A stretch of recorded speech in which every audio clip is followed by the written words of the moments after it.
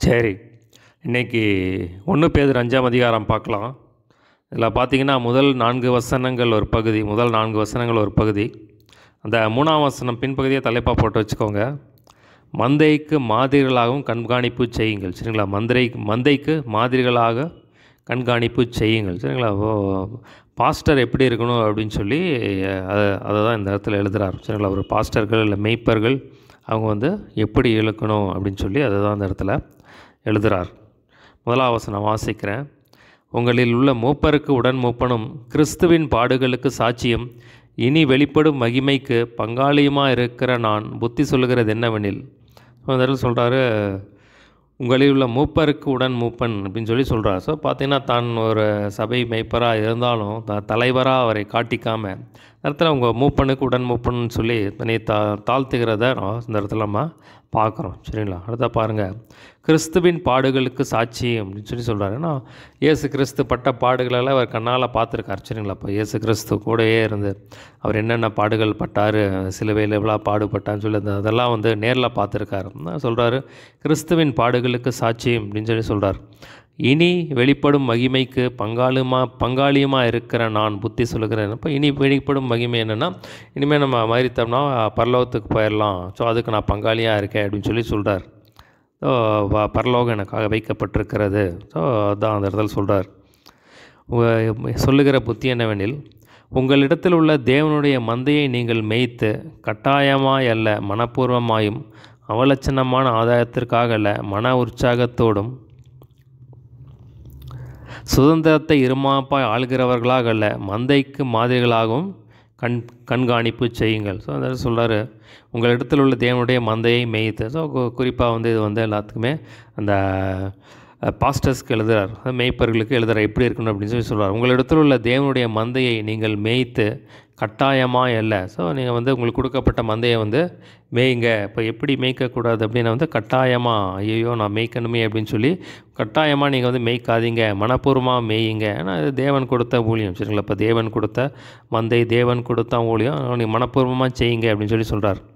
அவலட்சணமான ஆதாயத்திற்காக அல்ல. ஸோ பார்த்திங்கன்னா, ஊழியம் செய்யும்போது பணம் வரும், இல்லை ஆசீர்வாதங்கள் வரும், அதுக்காக அந்த நோக்கத்தோடு நீங்கள் செய்யாமல் இருங்க. பணத்துக்காக, பேருக்காக, புகழுக்காக, ஏதோ ஒரு ஆதாயம் கிடைக்கணும் அப்படிங்கிறதுக்காக அப்படி செய்யாதீங்க. நீங்கள் வந்து உற்சாகமாக செய்யுங்க அப்படின்னு சொல்லி சொல்கிறார். இல்லை, உற்சாகமாக செய்யுங்க அப்படின்னு சொல்லி சொல்கிறார். சுதந்திரத்தை இருமாப்பாய் ஆளுகிறவர்களாய் அல்ல. சுதந்திரம் சொல்கிறார், சுதந்திரத்தை இருமாப்பாய் ஆளுகிறவர்கள் அல்ல அப்படின்னா, ஸோ ஒரு பாஸ்டர் அப்படிங்கும்போது ஒரு அத்தாரிட்டி ஆண்டவர் கொடுக்குறாரு. வச்சுங்களா? ஒரு அத்தாரிட்டியாக கொடுக்குறாரு. அதை வந்து நீங்கள் வந்து இருமாப்பாக வந்து அதை வந்து ஆளுகை செய்யக்கூடாது. அதாவது ஒரு பாஸ் மாதிரி, ஒரு பெரிய ஒரு லீடர் மாதிரி அப்படின்னு சொல்லி, அதாவது அதை வந்து நீங்கள் ஒரு பெருமையாக எடுத்துகிட்டு நீங்கள் வந்து அவங்கள வந்து கடினமாக வந்து நீங்கள் ஆளக்கூடாது அப்படின்னு சொல்லி அந்த மாதிரி சொல்கிறார். சரிங்களா? இப்போ ஒரு சிலரெல்லாம் பார்த்தீங்கன்னா, ஒரு அதிகாரம் இருந்துச்சுன்னா அந்த அதிகார பெருமையினால் வந்து ஜனங்களை வந்து ஒரு ரொம்ப வந்து அடிமைத்தனமாக வச்சு ரொம்ப ஒரு கடுமையான ரூல்ஸை போட்டு வந்து அந்த மாதிரி வந்து ஆளுகை செய்வாங்க. ஸோ நீங்கள் அப்படிப்பட்டவங்களாக இருக்காதீங்க அப்படின்னு சொல்கிறார்.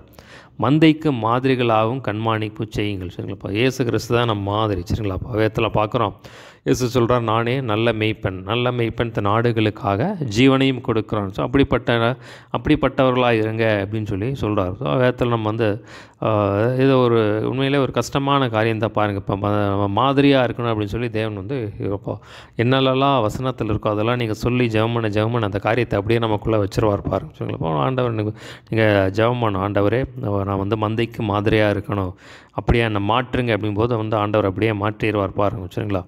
வேதத்தில் பார்க்குறோம், எசேக்கியேல் 34ஆம் அதிகாரத்தில் நம்ம பார்க்குறோம், ஆண்டவர் சொல்கிறாரு, பலவீனமானது எல்லாம் வந்து நீங்கள் வந்து பலப்படுத்துங்க, நசல் கொண்டது எல்லாம் குணமாக்குங்க, எலும்பு முறிந்தவங்களை காயக்கட்டுங்க அப்படின்னு சொல்லி துரத்துண்டவைகளை வந்து திருப்பி கொண்டு வாங்க. இதெல்லாம் வந்து உங்களை விட்டு தூரமாக போன ஆடுகள் எல்லாம் வந்து நீங்கள் வந்து கொண்டு வாங்க அப்படின்னு சொல்லி, காணாமல் போனது எல்லாம் வந்து நீங்கள் தேடி கொண்டு வாங்க அப்படின்னு சொல்லி சொல்கிறார். ஸோ இப்படியாக வந்து நீங்கள் வந்து செய்யுங்க அப்படின்னு சொல்லி சொல்கிறார். ஸோ இதே தான் நம்ம வேதத்தில் தீமோத்திக்கு பவுல் எழுதும்போது எழுதுகிறாரு. 1 தீமோத்தி 4:12 வாசிக்கிறோம், உன் இளமை குறித்து ஒருவனும் உன்னை அசட்டை பண்ணாதபடிக்கு நீ வார்த்தையிலும் நடக்கையிலும் அன்பிலும் ஆவியிலும் விசுவாசத்திலும் கற்பிலும் விசுவாசிகளுக்கு மாதிரியார் அப்படின்னு சொல்கிறார். சரிங்களா? அப்போ இந்த இந்த மாதிரி தான் சொல்கிறார் அவர். நீ வந்து உன்னை வந்து யாருமே அசட்டை பண்ண விடாத, நீ வார்த்தை, இப்போ வார்த்தைன்னா விசுவாச வார்த்தைகளை பேசு, தேவனுடைய வார்த்தையை பேசு அப்படின்னு சொல்லி நடக்கை. இப்போ நம்ம ஒவ்வொரு மூவையும் வந்து விசுவாசிகள் பார்த்துட்டே இருப்பாங்க. சரிங்களா? நம்மளுடைய ஒவ்வொரு சின்ன அசைவும் வந்து அவங்க வந்து பார்த்துக்கிட்டே இருப்பாங்க. சரிங்களா? இப்போ மேடையில் நம்ம ஒரு மாதிரி இருக்கலாம், அதையும் பார்த்துக்கிட்டே இருப்பாங்க. நம்ம வந்து தனியாக மேடையை விட்டு வெளியே வந்ததுக்கப்புறம் நம்ம பேசுகிற காரியங்கள், அதையும் ஒவ்வொன்றும் நம்ம செய்கிற ஒவ்வொரு சின்ன சின்ன அசைவையும் வந்து விசுவாசிகள் வந்து நோட் பண்ணிக்கிட்டே இருப்பாங்க. அதில் நடக்கையில் நீங்கள் வந்து மாதிரியாக இருங்க அப்படின்னு சொல்கிறார். அன்பிலும் ஸோ பார்த்திங்கன்னா அன்புள்ளவர்களாக இருங்க அப்படின்னு சொல்கிறார். ஆவியிலும் அப்படிங்கிறது நம்மளுடைய ஜெப வாழ்க்கையை நம்ம எடுத்துக்கலாம். சரிங்களா? அப்போ நம்மளுடைய ஜெப வாழ்க்கை வந்து அவளுக்கு ஒரு மாதிரியாக சவாலாக இருக்கணும் அப்படின்னு சொல்கிறார். விசுவாசத்திலும் ஸோ பார்த்திங்கன்னா நம்ம செய்கிற ஒவ்வொரு காரியம் ஒவ்வொரு செயலுமே வந்து விசுவாசத்தில் செய்யப்பட வேண்டியதாக இருக்கணும் அப்படின்னு சொல்கிறார். கற்பிலும் அப்படின்னு சொல்கிறார். கற்பிலும் அப்படின்னா ஒரு பரிசுத்த வாழ்க்கை குறிக்குது. ஒரு பரிசுத்த வாழ்க்கையை வாழுங்க அப்படின்னு சொல்கிறார். இப்போ எல்லாத்திலும் நமக்கு பரிசுத்தம் தேவை. கண்களில் ஒரு பரிசுத்தம் தேவை, இருதயத்தில் ஒரு பரிசுத்தம் தேவை, சிந்தனையில் ஒரு பரிசுத்தம் தேவை, நம்ம ஒரு நடக்கையில் எல்லாவற்றிலும் நமக்கு வந்து பரிசுத்தம் தேவை. சரிங்களா? இப்போ இருதயத்தில் ஒரு பரிசுத்தம் தேவை, பரிசுத்த வாழ்க்கையை வாழுங்க அப்படின்னு சொல்கிறார். ஸோ அதான் யோவா சங்கீதம் 23 வாசிக்கிறோம். கர்த்தரின் மேய்ப்பராக இருக்கிறான், நான் தாழ்ச்சியடையேன், புல்லுள்ள இடங்களில் மேய்த்து அமர்ந்த தண்ணீர்கள் இன்றை கொண்டு போய் நடத்துகிறான்னு சொல்லி பார்க்குறோம். அப்போ பார்த்திங்கன்னா ஒரு மேய்ப்பரானவர் என்ன பண்ணணும் அப்படின்னா ஜனங்களை வந்து ஜனங்களுக்கு நல்லா போதிக்கிறவர்களாக இருக்கணும். சரிங்களா? இப்போ வார்த்தை நல்லா கொடுக்குறவங்களாக இருக்கணும். அது ரொம்ப ஒரு முக்கியமான ஒரு காரியம் பாருங்கள். அப்போ தான் அந்த ஆடு நல்லா குழுன்னு வளரும் பாருங்கள். சரிங்களா? அப்போ அது ரொம்ப முக்கியம். ரொம்ப முக்கியமான ஒரு பணி என்னென்னா வசனத்தில் அவங்கள நல்லா கட்டி எழுப்பணும் பாருங்கள். சரிங்களா? அப்போ வசனம் நல்லா அவங்களுக்கு கொடுத்தாலே அவங்கள என்னன்னா நல்லா வந்து வந்துடுவாங்க பாருங்கள். அந்த வசனத்தின் மேலே அதில் வந்து அவங்களுக்கு நல்லா உறுதிப்படுத்தணும் பாருங்கள். எல்லாத்துலேயுமே வசனத்தில் தான் இருக்கலாம். சத்தியத்தையும் அறிவீர்கள், சத்தியம் உங்களை விடுதலை ஆகும் சொல்லி நம்ம பார்க்குறோம், வேதத்தில் பார்க்குறோம். அந்த சபை சத்தியத்துக்கு தூணும் ஆதாரமாக இருக்குது அப்படின்னு சொல்லி நம்ம பார்க்குறோம். அப்போ அந்த சத்தியத்தை வந்து நல்லா கொடுக்கணும் பாருங்கள். அப்போ சத்தியம் வசனத்தில் அவங்க நல்லா கட்டப்பட்டுட்டாங்கன்னா அதான் சொல்கிறாரு. மத்தேயு 7ஆம் அதிகாரத்தில் சொல்கிறாரு, கன்மலையின் மேல் கட்டப்பட்ட வீடு என்ன வந்தாலும் சரி, கன்மலையாக கிறிஸ்து மேலே கட்டப்பட்ட வீடாக இருக்கணும். அப்போ என்ன வந்தாலும் புயல் பெருமேலே இப்போ காற்று வந்தாலும் அது வந்து அசையாது அப்படின்னு சொல்லி அந்த வார்த்தையை நல்லா கொடுத்துடணும் பாருங்கள். இப்போ வார்த்தையினுடைய சத்தியங்கள் எல்லாம் அவங்களுக்கு வந்து சொல்லிடணும் பாருங்கள். அவங்களுக்கு அன்பின் வார்த்தைகளை சொல்லணும், ஆறுதல் வார்த்தைகளை சொல்லணும், வாக்குத்தத்தங்களை சொல்லணும். அவங்க வந்து மல்கியா 2ஆம் அதிகாரம் 7ஆம் அதிகாரம் 7ஆம் வசனத்தில் வாசிக்கிறோம். அது சொல்கிறாரு, ஆசாரியன் உதடுகள் வந்து அறிவை காக்க வேண்டும், அவன் வந்து கர்த்தருடைய தூதன். அப்போ தேவனுடைய வார்த்தையை அவன் வாயில் தேடுவார்களே, கர்த்தருடைய வேதத்தை அவன் வாயில் தேடுவார்களேன்னு சொல்கிறார். அப்போ பார்த்திங்கன்னா ஜனங்கள் என்ன எதிர்பார்க்குறாங்க அப்படின்னா ஆறுதலான வார்த்தைகள், ஸோ அன்பின் வார்த்தைகள், அவர்களை கட்டி எழுப்புகிற வார்த்தைகள், அவர்களுக்கு சொல்யூஷன் வேணும் அவங்களுக்கு. சரிங்களா? அப்போ பார்த்திங்கன்னா ஜனங்கள் சிலவங்க கொஞ்சம் ஸ்ட்ராங்காக இருப்பாங்க, அவங்களுக்கு பிரச்சனை இல்லை. நம்ம வீக்கான ஆடுகளுக்கு வந்து தேவனுடைய வார்த்தை வேணும் அவங்களுக்கு. இப்போது ஆறுதலான வார்த்தைகள், அன்பான வார்த்தைகள், அவர்கள் கட்டி எழுப்புகிற வாழ்க்கை, அவர்கள் வாழ்க்கையை மாற்றுகிற வார்த்தைகள் அவங்களுக்கு தேவை. சரிங்களா? அப்படிப்பட்ட வார்த்தைகளை வந்து பேசுகிறவர்களாக இருக்கணும். பவுல் சொல்லும்போது சொல்கிறாரு, நான் கிறிஸ்துவை பின்பற்றுகிற போல நீங்கள் என்னை பின்பற்றுகளாக இருங்க. ஸோ அப்படிப்பட்ட ஒரு மாதிரியான வாழ்க்கை நம்ம ஆண்டவர்கிட்ட கேட்கணும் பாருங்கள். அப்போ நம்ம கேட்கணும், ஆண்டவரே இன்னும் போல மாற்றுங்க. இப்போ இயேசு கிறிஸ்து தான் நல்லா மேய்ப்பன் பாருங்க. அப்போ நம்ம ஒரு நாள் கேட்கணும், ஏசப்பா நீர் எப்படி ஒரு நல்ல மேய்ப்பனாக இருந்தீங்க, அப்படியே என்ன ஒரு நல்ல மேய்ப்பனாக வைங்க ஆண்டவரே அப்படின்னு சொல்லி நம்ம கேட்கும்போது தேவன் அப்படியே மாற்றிடுவார் பாருங்கள். ஜனங்கள் ஆட்டோமேட்டிக்காக உள்ளே வருவாங்க. சரிங்களா? நம்ம பார்த்து நம்ம ஜெபம் நல்லா ஜெபிக்கும்போது, வேதத்தை நல்லா கற்றுக் கொடுக்கும்போது நிச்சயமாக ஆத்மாக்கள் சபை தேடி வரும் பாருங்கள். அப்படி செய்தால் பிரதான மேய்ப்பர் வெளிப்படும்போது மகிமையுள்ள வாடாத கிரீடத்தை பெறுவீர்கள். ஸோ பார்த்திங்கன்னா வேதத்தில் அநேக கிரீடங்கள் நம்ம கொடுக்கப்பட்டிருக்கு. நம்ம ஓட்டத்தை வெற்றிகரமாக முடிக்கும்போது நீதியின் கிரீடம் கொடுக்கப்பட்டிருக்குன்னு சொல்லி நம்ம பார்க்குறோம். அப்புறம் பார்த்திங்கன்னா நம்ம மேய்ப்பர்களுக்கு வந்து தங்களுடைய ஓட்டத்தை முடிக்கும்போது வாடாத கிரீடத்தை தேவன் தருவார்னு சொல்லி இந்த இடத்துல சொல்கிறத நம்ம பார்க்குறோம். இன்னும் அநேக கிரீடங்கள் நம்ம பார்க்க முடியும் பாருங்கள். அடுத்த பாருங்கள், 5ஆம் வசனத்துலேருந்து 11ஆம் வசனம் வரைக்கும் அடுத்த பகுதி. இதில் நிறைய முக்கியமான காரியங்கள் இருக்குது. இந்த 6ஆம் வசனத்தை வேணால் தலைப்பாக போட்டு வச்சுக்கோங்க. 6ஆம் வசனம், ஆகையால் ஏற்ற காலத்தில் தேவனை உங்களை உயர்த்தும்படிக்கு அவருடைய பலத்த கைக்குள் அடங்கியிருங்கள். வேணால் தலைப்பாக போட்டு வச்சுக்கோங்க. 5ஆம் வசனம் பாருங்கள். அந்தபடி இளைஞரே மூப்பருக்கு கீழ்ப்படியுங்கள். ஸோ அந்த இடத்துல குறிப்பாக வந்து இளைஞர்களுக்கு சொல்கிறார். இளைஞர்கள் எப்படி இருக்கணும் அப்படின்னு சொல்லி இந்த 5ஆம் வசனத்தில் 6ஆம் வசனத்தில் சொல்கிறார். இளைஞரே மூப்பருக்கு கீழ்ப்படியுங்கள். நீங்கள் எல்லோரும் ஒருவருக்கொருவர் கீழ்ப்படிந்து மனத்தாழ்மையை அணிந்து கொள்ளுங்கள். பெருமை உள்ளவர்களுக்கு தேவன் எதிர்த்து நிற்கிறார், தாழ்மை உள்ளவர்களுக்கோ கிருபை அளிக்கிறார். அந்தபடி சொல்கிற இடத்துல பார்க்குறோம். அந்தபடி இளைஞரே மூப்பருக்கு கீழ்ப்படியுங்கள். ஸோ பார்த்திங்கன்னா இன்றைக்கி கீழ்ப்படுகிறத ஒரு கஷ்டமான காரியம், சரிங்களா? இப்போ இளைஞர்கள் வந்து கொஞ்சம் அப்படியே விளையாட்டுத்தனமாக இருப்பாங்க. ஆனால் சொல்கிறாரு, நீங்கள் வந்து விளையாட்டுத்தனமாக இருக்காதீங்க, நீங்கள் வந்து கீழ்ப்படிங்க அப்படின்னு சொல்லி சொல்கிறார். ஒருவருக்கொருவர் கீழ்ப்படிந்து தாழ்மையாக இருங்க அப்படின்னு சொல்லி அந்த இடத்துல சொல்கிறார். பெருமை உள்ளவர்களுக்கு தேவன் எதிர்த்து நிற்கிறார், தாழ்மை உள்ளவர்களுக்கோ கிருபை அளிக்கிறார். ஸோ இந்த வசனம் எங்கே இருக்குது அப்படின்னா நீதிமொழிகள் 3:34, அந்த 5ஆம் வசனம் பக்கத்தில் நீதிமொழிகள் 3:34 பக்கத்தில் போட்டு வச்சுக்கோங்க. ஆகையால் ஏற்ற காலத்தில் தேவன் உங்களை உயர்த்தும்படிக்கு அவருடைய பலத்த கைக்குள் அடங்கி இருங்கள். அந்த இடத்துல சொல்கிறார். வேதத்தில் பார்க்குறோம், சிலரெல்லாம் பார்த்திங்கன்னா அநேக ஊழியக்காரர்கள் எல்லாம் சின்ன கொஞ்சம் ஸ்டெப் பை ஸ்டெப்பாக அப்படியே தான் அநேக பாதைகள், கடினமான பாதைகள், பாடுகள், உபத்திரங்கள் வழியாக வந்து கொஞ்சம் கொஞ்சமாக போய் ஒரு நல்ல நிலைக்கு வந்திருப்பாங்க, சரிங்களா? ஆனால் இந்த இளைஞர்கள் என்ன பண்ணுவாங்க அப்படின்னா உடனே அந்த பொசிஷனுக்கு போகணுன்னு சொல்லி பார்ப்பாங்க. ஸோ அதுதான் சொல்கிறார், சரிங்களா? அப்போ பார்த்திங்கன்னா அந்த இப்போ இருக்கிற டாப் பொசிஷனில் ஒரு நல்ல நிலையில் இருக்கிறவங்க அவங்க பார்த்திங்கன்னா கொஞ்சமாக ஆண்டவர் உயர்த்தி ஒரு லெவலுக்கு கொண்டு வந்திருப்பார். ஆனால் இந்த இளைஞர்கள் வந்து உடனே ஜம்ப் பண்ணி டைரெக்டாக அந்த பொசிஷனுக்கு போகணுன்னு சொல்லி பார்ப்பாங்க. ஸோ அந்த மாதிரி வந்து நீங்கள் இருக்காதீங்க அப்படின்னு சொல்லி அதுதான் இந்த இடத்துல சொல்கிறார். அதனால தான் ஆகையால்னு சொல்லியிருக்கார். ஆகையால் ஏற்ற காலத்தில் தேவன் உங்களை உயர்த்தும்படிக்கு அவருடைய பலத்தை கை கொடுக்கும். தேவனாக உயர்த்தட்டும், சரிங்களா? அப்போ நம்ம வந்து எதுவுமே செய்ய வேண்டியதில்லை, நம்மளாக வந்து நம்மளை உயர்த்த முடியாது. அந்த தேவன் கையில் நம்ம அடங்கி இருக்கும்போது பார்த்திங்கன்னா அவராக நம்மளை உயர்த்துவார். அதனால் வந்து நீங்கள் வந்து பொறுமையாக இருங்க, தாழ்மையாக இருங்க அப்படின்னு சொல்லி சொல்லுவார். தேவனுடைய கருத்தில் அடங்கி இருங்க அப்படின்னு சொல்லி சொல்லுவார். அப்போ ஏற்ற காலம் வரும்போது தேவனாக உயர்த்துவார் அப்படின்னு சொல்லி சொல்கிறார். இந்த வேதத்தில் பார்க்குறோம்.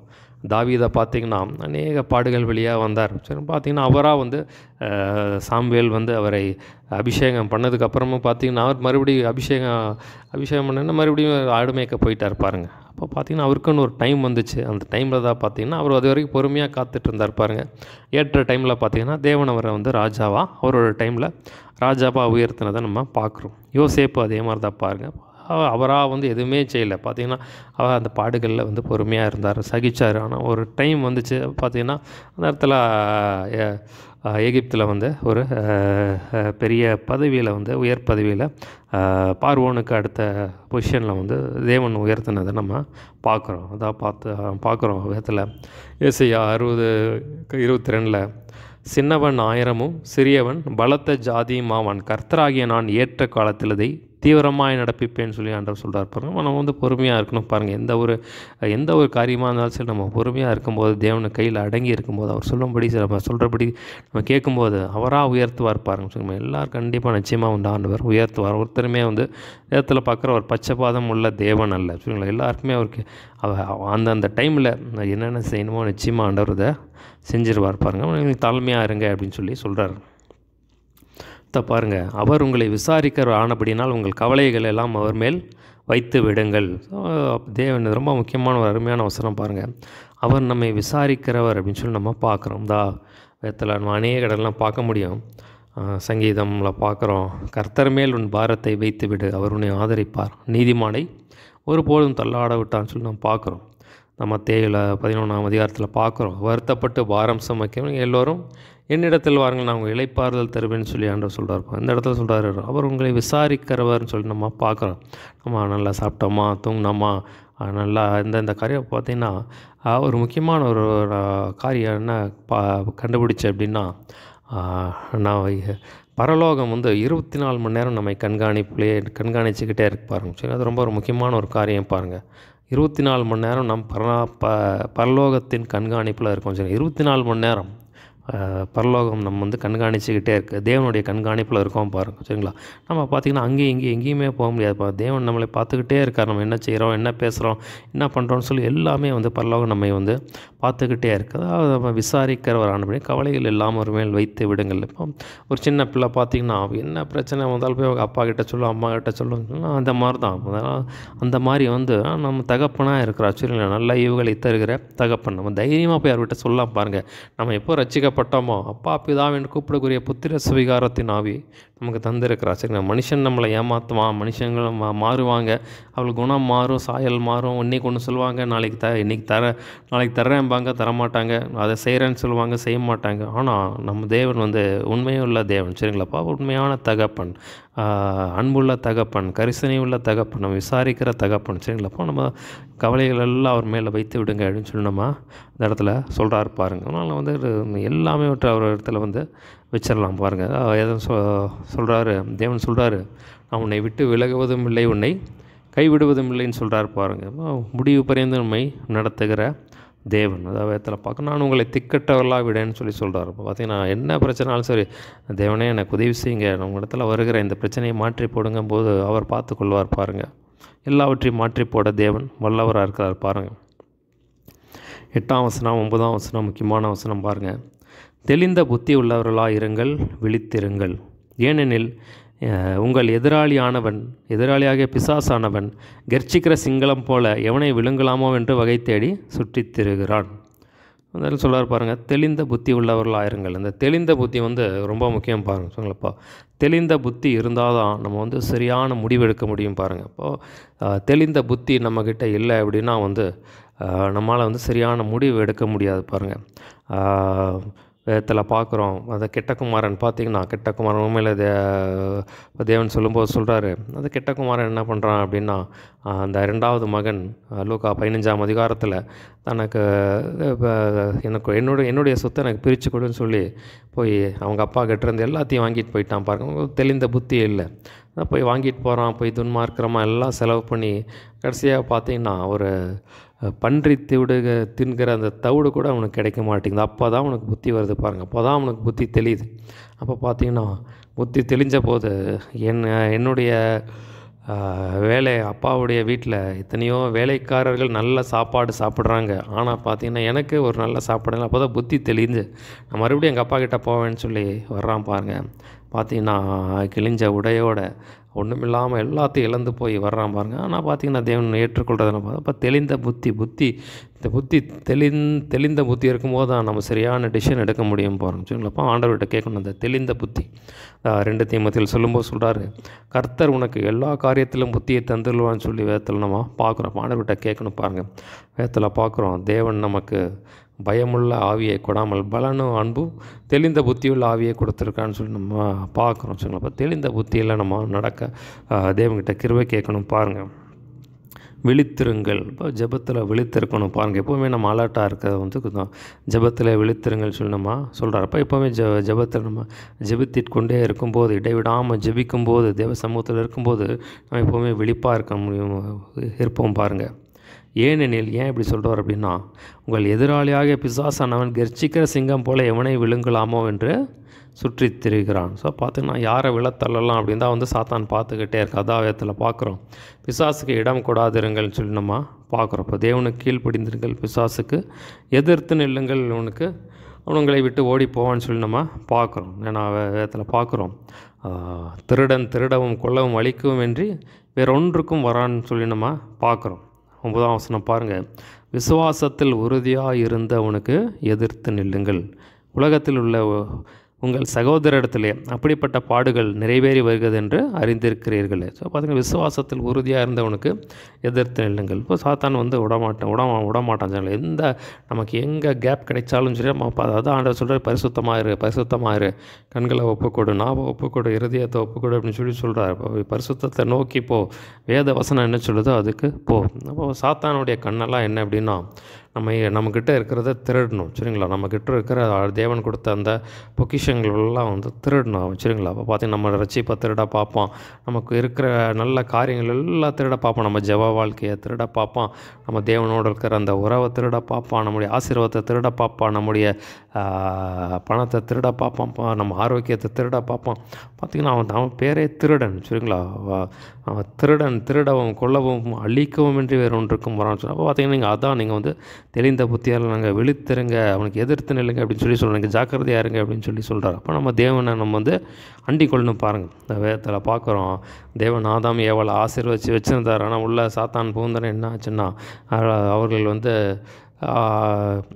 பாவத்திற்கு தன்னை விட்டு போட்டதுனால என்ன ஆச்சு அப்படின்னா தேவனுக்கு கீழ்ப்படியாமல் போனதுனால சாத்தான் உள்ள வந்து ஆக்கிரமிச்சிட்டான். பாருங்கள், ஆக்கிரமித்து ஏதேன் தோட்டத்தை விட்டே வெளியே போக வேண்டிய வந்துச்சு. தாவீது பாருங்கள், தாவீது நல்லா இருந்தான் பார்த்தீங்கன்னா, ஆனால் சாத்தான் அவனை ஏவி விட்டு பார்த்தீங்கன்னா இஸ்ரவேலை தொகையிட சொன்னார். பார்த்திங்கன்னா அதில் ஒரு பெரிய ஒரு பாதிப்பை வந்து நம்ம அந்த இடத்துல இருக்கிறத நம்ம பார்த்தோம் சரிங்களா. அப்போ பார்த்திங்கன்னா விடமாட்டான் பாருங்கள், இப்படியாவது இச்சைகளை போடுறது, பாவ காரியங்களை போடுறது. அவனுக்கு என்னென்னா வேதத்துக்கு எதிராக நீ செய்யணும், தேவனுக்கு எதிராக அவனை செய்ய வைக்கிறதுக்கு அவனால் என்னென்ன முயற்சி செய்ய முடியுமோ செய்வான் சரிங்களா. அதான் பார்க்குறோம், திருடன் திருடவும் கொல்லவும் அழிக்கவுமின்றி வேறொன்றுக்கும் வர்றான், அவன் பொய்யனும் பொய்க்கு பிதாவுமாக இருக்கான்னு சொல்லி நம்ம பார்க்குறோம். பார்த்திங்கன்னா சோதனைக்காரன் இப்போ இயேசு கிறிஸ்துவே விட்டு வைக்கல சரிங்களா. அப்போ பார்த்திங்கன்னா ஆண்டவர் சொல்கிறார், பச்சை மரத்தையே விட்டு வைக்கல, பட்டை மரத்தை என்ன செய்ய மாட்டாங்க அப்படின்னு சொல்லி நம்ம ரொம்ப எதிராக இருக்கும்ப்பா. ஆனால் நம்ம வந்து சாத்தானை பார்த்து பயப்பட வேண்டியதில்லை பாருங்க சொல்லி. அவன் வந்து ஏற்கனவே தோற்று போனவன் வச்சுக்கோங்களேன், ஏற்கனவே அவன் சபிக்கப்பட்டவன், தோற்று போனவன். ஆனால் இயேசு கிறிஸ்து நமக்காக வந்து சிலுவையில் எல்லாவற்றையுமே செஞ்சு முடிச்சிட்டார்ப்பா. அவனுடைய தலையை வந்து இயேசு கிறிஸ்து சிலுவையில் நசுக்கிட்டார் சரிங்களா. அதனால் வந்து நம்ம கவலைப்பட வேண்டியதில்லை சரிங்களா. நமக்காக நமக்கு துணைன்னு இருக்கிற ஒருவர் உண்டு, பிதாவானவர் நம்மோடு கூட இருக்கிறார், இயேசு கிறிஸ்து நம்மோடு கூட இருக்கிறார், பரிசுத்த ஆவியானவர் கூட இருக்கிறார், பரலோக சேனையை நம்மோடு கூட இருக்கிறது, பரலோகமே நம்ம சைடு இருக்குது சரிங்க. இப்போ தூதர்கள் நம்ம பக்கமாக இருக்காங்க பாருங்கள், பரலோகமே நம்ம சைடு இருக்குது, நம்ம வந்து பயப்படுவது. அதை சொல்கிறார், விசுவாசத்தில் உறுதியாக இருந்து அவனை எதிர்த்து நெல்லுங்கள் அப்படின்னு சொல்லி சொல்கிறார். அப்போ அவனுக்கு வந்து இடம் கொடுக்கக்கூடாது பாருங்கள். இப்போ இயேசு கிறிஸ்து சொல்கிறார், அவனுக்கு என்னிடத்தில் ஒன்றுமில்லை அப்படின்னார் சரிங்களா. இப்போ இயேசு கிறிஸ்து சொன்னார், அவனுக்கு என்னிடத்தில் ஒன்றுமில்லை. இப்போ சாத்தான் வந்து என்கிட்ட பிடிச்சிக்கிறதுக்கு ஒன்றுமே இல்லை. அப்போது நம்ம வாசலை டோரை அடைச்சிட்டான் போதும் பாருங்கள், அவனால் வந்து உள்ளே வர முடியாது. நம்ம வந்து பாடுகள் உபத்திரம் வரும்போது நம்ம தைரியமாக எதிர்த்து நிற்கணும் பாருங்கள். எபேசியரில் பார்க்குறோம், எபேசியர் 6ஆம் அதிகாரத்தில் இந்த சத்தியம் என்னும் கச்சை, நீதி என்னும் மார்க்கவசம், சமாதான ரச்சனியம் என்னும் தலைச்சீரா, பாதரட்சை எல்லாவற்றையுமே எடுத்துக்கொள்ளுங்கள், ஆவியின் பட்டணத்தை விசுவாசம் என்னும் கேடகத்தை எடுத்துக்கொள்ளுங்கன்னு சொல்லி நீங்கள் யுத்தம் பண்ணுங்க அப்படின்னு சொல்லி சொல்கிறார். அப்போ அன்பு என்னும் மார்க்கவசத்தை எடுத்துக்கொள்ளுங்கள், அன்பு என்னும் ஆயுதத்தை எடுத்துக்கொள்ளுங்க அப்படின்னு சொல்லி சொல்கிறார். இப்போ இயேசு கிறிஸ்துவின் ரத்தத்தை நம்ம யூஸ் பண்ண பாருங்கள், இயேசு கிறிஸ்துவின் நாமத்தை யூஸ் பண்ண, என் நாமத்தினால பிசாசுகளை துரத்துவாருன்னு சொல்லி சொல்கிறோம். இயேசு கிறிஸ்துவின் ரத்தத்தினால் அவனை ஜெயித்தார்கள்னு சொல்லி வேதத்தில் வாசிக்கிறோம் சரிங்களா. அப்போ தேவனுடைய நம்ம வந்து எதிர்த்து நிற்கணும் பாருங்கள். இப்போ தேவனுடைய ஆயுதங்களை நம்ம அணிந்து கொண்டு எடுத்துக்கொண்டு நம்ம வந்து போராடி வந்து ஜெயிக்க முடியும் பாருங்கள். அதான் அதில் சொல்கிறார், கிறிஸ்துவுக்குள் எப்போதும் நம்மை வெற்றி சிறக்க பண்ணுகிற தேவன், நம்ம கைகளை வந்து போருக்கும் விரல்களை யுத்தத்திற்கும் கைகளை போருக்கும் படிப்பிக்கிற நம்ம தேவன் சரிங்களா. அப்போ நம்ம தேவன் நம்மோடு கூட இருக்கிறார் பாருங்கள். உலகத்தில் உள்ள உங்கள் சகோதரிடத்திலே அப்படிப்பட்ட பாடுகள் நிறைவேறி வருகிறது என்று அறிந்திருக்கிறீர்கள். ஸோ பார்த்தீங்கன்னா அநேக பரிசுத்தவான்கள் வந்து பாடுகளின் வழியாக தான் போனாங்க. பாடுகளின் வழியாக வந்து பாடுகள் இருந்தாலும் சரி, இப்போ சாத்தானுடைய சோதனை எல்லாம் வந்து சாத்தானை வந்து எதிர்த்து நின்று போராடி ஜெயிச்சாங்க அப்படின்னு சொல்லி அந்த இடத்துல சொல்கிறார் சரிங்களா. கிறிஸ்து இயேசுவுக்குள் நம்மை நித்திய மகிமைக்கு அழைத்தவராக இருக்கிற சகல கிருபையும் பொருந்திய தேவன் தாமே கொஞ்ச காலம் பாட அனுப்பிக்கிறவங்களை சீர்படுத்தி ஸ்திரப்படுத்தி பலப்படுத்தி நிலைநிறுத்துவாராக சரிங்களா. பார்த்தீங்களா, கிறிஸ்து இயேசுவுக்குள் நம்மை நித்திய மகிமைக்கு அழைத்தவர். ஸோ பார்த்தீங்கன்னா நித்திய மகிமை நித்திய மகிமை நமக்கு எங்கே இருக்குது அப்படின்னா பரலோகத்தில் தான் இருக்குது. ஸோ பார்த்திங்கன்னா பரலோகத்தில் நமக்கு நித்திய மகிமையை வந்து ஆண்டவர் வந்து வச்சுருக்கார். அப்போ அதுக்கு நமக்கு அதற்காக வந்து பிதாவாகிய தேவன் நம்மை கிறிஸ்துவுக்குள்ளே நம்ம அழைத்திருக்கிறார் அப்படின்னு சொல்லி சொல்கிறார். சகல கிருபையும் பொருந்திய தேவன். ஸோ பார்த்திங்கன்னா சகல கிருபையும் பொருந்திய தேவன் சொல்லி சொல்கிறார் இந்த இடத்துல. அவர் வந்து என்ன செய்கிறார் அப்படின்னா, நம்மை கொஞ்ச காலம் பாட வைக்கிறவங்களை சீர்படுத்தி ஸ்திரப்படுத்தி பலப்படுத்தி நிலைநிறுத்துவார் அப்படின்னு சொல்லி அந்த இடத்த சொல்கிறார். இப்போ பார்த்திங்கன்னா நீங்கள் ஒருவேளை இப்போதைக்கு உபத்திரவத்தின் வழியாக போயிட்டுருக்குன்றிருக்கலாம். ஆனால் அதில் வந்து தேவன் வந்து ஒரு முற்றுப்புள்ளி வைப்பார் பாருங்கள். அப்போ என்ன பண்ணுவார், சீர்படுத்தி ஸ்திரப்படுத்தி பலப்படுத்தி நிலைநிறுத்துவார். நமக்குன்னு எந்த ஸ்தானத்தை வச்சுருக்காரோ அந்த ஸ்தானத்தில் கொண்டு போய் விடுவார் பாருங்கள். ஸோ பார்த்திங்கன்னா இதே மாதிரி விதத்தில் பார்க்குறோம். யோபுவோட வாழ்க்கையை வந்து பார்த்திங்கன்னா நிறைய உபத்திரங்கள் வழியாக போனார். ஆனால் அதுக்கு ஒரு முடிவை உண்டாக்கி தேவன் வந்து அவனை ஸ்திரப்படுத்தினான்னு சொல்லி நம்ம பார்க்குறோம். இப்போ தாவீதுடைய வாழ்க்கையில் நம்ம பார்க்குறோம். பார்த்திங்கன்னா நிறையா பாடுகள் வழியாக போனார்.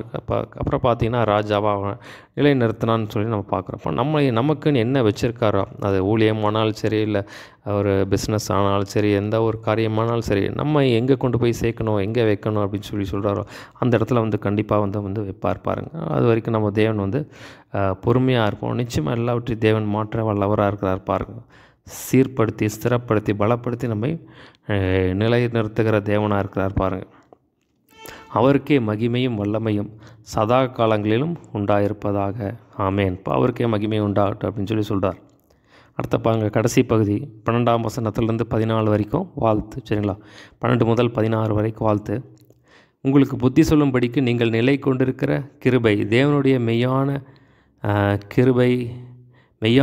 கிருபைதான் என்று சாட்சியிடும்படிக்கு நான் சுருக்கமாய் உங்களுக்கு எழுதி எனக்கு தோன்றுகிறபடி உண்மையுள்ள சகோதரனாகிய சில்வானுவின் கையிலே கொடுத்து அனுப்பியிருக்கிறேன் சொல்கிறார்.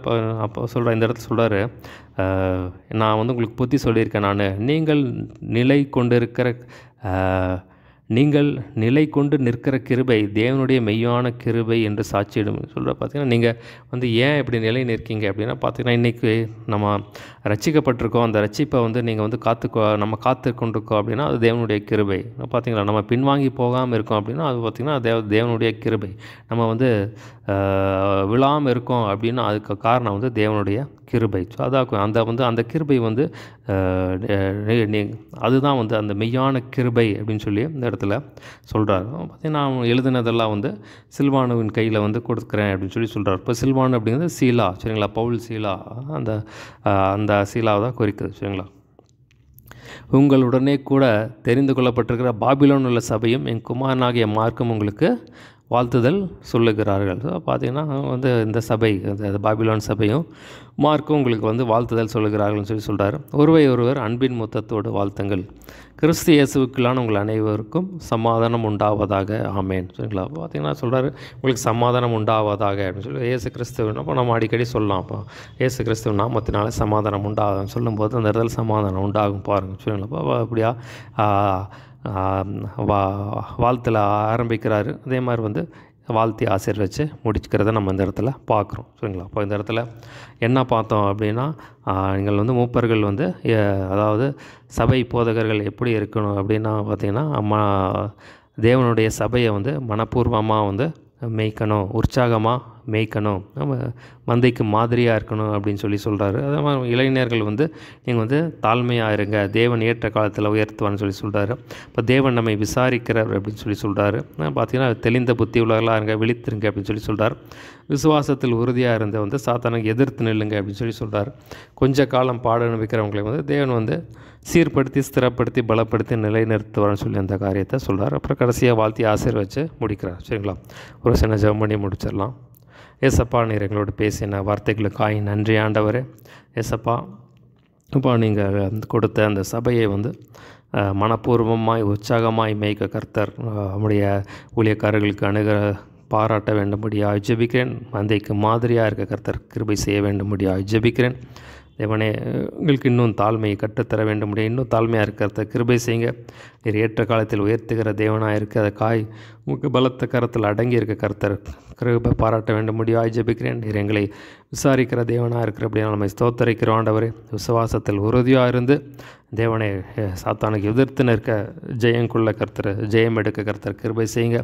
அப்பா, நீர் எங்களை சீர்படுத்தி ஸ்திரப்படுத்தி பலப்படுத்தி நிலைநிறுத்த வேண்டும் முடிவாய் ஜெபிக்கிறேன். இந்த நாம் மாத்திரம் மையப்பட்டும் சொல்லப்பட்ட வசனங்கள் 100 பெருகி பலன் தரட்டும். இந்த நாம் மாத்திரம் மையப்பட்டும் இயேசுவின் நாமத்தில் எல்லாவற்றும் கேட்குறோம் ஜீவன் நல்ல பிதாவே. ஆமேன்.